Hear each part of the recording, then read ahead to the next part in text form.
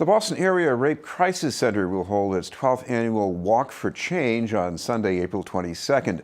The goal of the walk is to raise money for support services and advocacy, but also to raise awareness about all kinds of sexual violence. To tell us about the event is the center's Advocacy and Legislative Affairs Manager, Katia Santiago-Taylor. Thank you very much for being with us. Thank you so much for having us. First of all, this is your first walk post-Me Too. What's it been like? It has been an amazing last few months. We have been hearing a lot from survivors that finally feel empowered, they feel they are validated, and they're coming to us to speak about their experiences.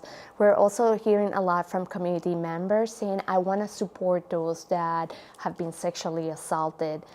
So our hotline numbers have increased, our services have increased significantly, counseling program, case management, and legal advocacy.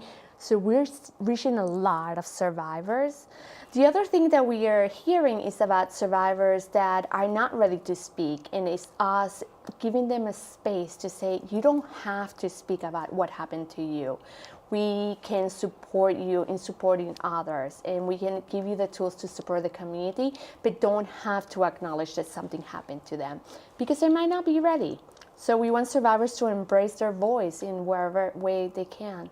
That's one thing I think I'd like you to explain a little bit better for viewers who might not be familiar, because when they hear rape crisis, they think somebody calls up within a few hours after an assault, but you're talking about people who might have to wait years before they ask for help. Absolutely. So the range of emotions is wide. We have some survivors that go to the hospital immediately within a couple of hours of an assault. We have survivors that go 2 or 3 days after an assault. They go home, they process what happened. They're like, now I'm ready to go to the hospital. You can go to the hospital up to 5 days, 120 hours for an evidence collection kit. Our hotline is 24 hours, 7 days a week. And we get a range of calls again. It just happened, what do I do, where do I go, what information do you have available, to, you know what, it happened 20 years ago and I'm ready to speak with someone, what do I do? And we connect them with our services. Our counseling program doesn't matter when the assault happened, or even if it was to you or a significant other. We're going to see you and we're going to provide you free confidential support. Well, one thing people can do when they've been victimized in an assault of any kind is they can call 911, but what's the difference between doing that and what happened when they call your hotline? So our hotline, we're trained counselors. We go through a 40-hour training, and we have continuous support. So the rape crisis counselors will have a peer supervisor or someone that can give them feedback and support them through the process. We meet with the volunteers twice a month, so we continue giving them training. So the people that are going to get the call are people that are trained to receive that call.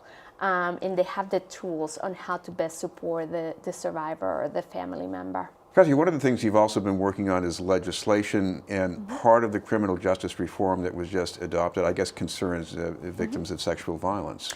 Yes, so there's a new portion of the criminal justice reform, or the law, that says that the Executive Office of Public Safety and Security will develop a multidisciplinary committee to explore the best way to track evidence collection kits.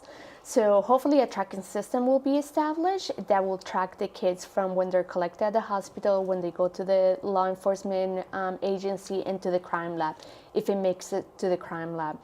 Hopefully survivors will be able to log into a website or call a number and to be able to see where the kid is at the point of the call or the searching. It also gives some guidelines that the law enforcement will have to transport the kid by 7 days. It gives some accountability to make sure that survivors can have access to the information that they want to have. And then annually they will be creating a report that will outline statewide how many kids were collected, where they are, what's the status, was it analyzed, where it is, and to hold the state accountable for the kids. Now, I imagine that in addition to any kind of criminal justice process that goes on when somebody's been victimized, they need other things too, maybe mental health treatment, and that can be expensive for a lot of people. Do you help people with that? Yeah, so our services are free and confidential. Anyone over the age of 12 can come for services for mental health, and we give usually 12 sessions, but if they need more time, we'll either extend that or we will connect them with private physician, psychiatrist, psychologist, what they need. We'll refer them to someone that can continue giving them mental health services. Well, I know there's a lot more people can learn by taking part in the walk, and you've got an interesting keynote speaker this year. Talk a little bit about her. Jacqueline Freeman, she's an activist, she's an author, she's a community racer, and she's going to be our keynote speaker. We're looking forward to everything that she has to say. She has a very powerful message, and I know she's going to get our community ready to say consent is consent, and yes means yes. Well, I also know, and this is maybe the most unpleasant side of the Me Too movement in a way, is that when we see people who've been victimized, sometimes it's hard to see them without some kind of stigma attached to them.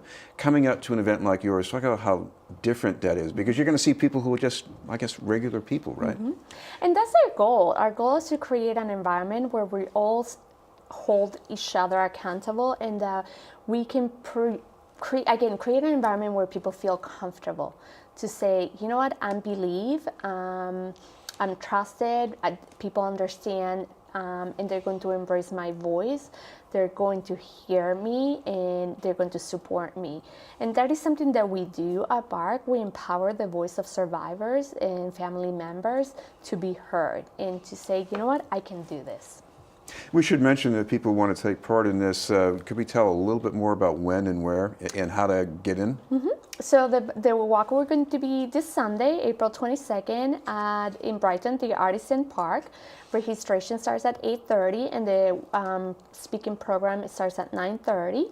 If you want to register, you can go to barkwalk.org and get more information. It's $30 if you register now, and it goes up by $5 if you register the day of the event. It's dog friendly and family friendly. So there's going to be face painting, food trucks, board games, lawn games, hopefully 2,000 people. And it's actually a very powerful and positive day. Thank you very much for being with us. Katia Santiago-Taylor from Thank the you. Boston Area Rape Crisis Center.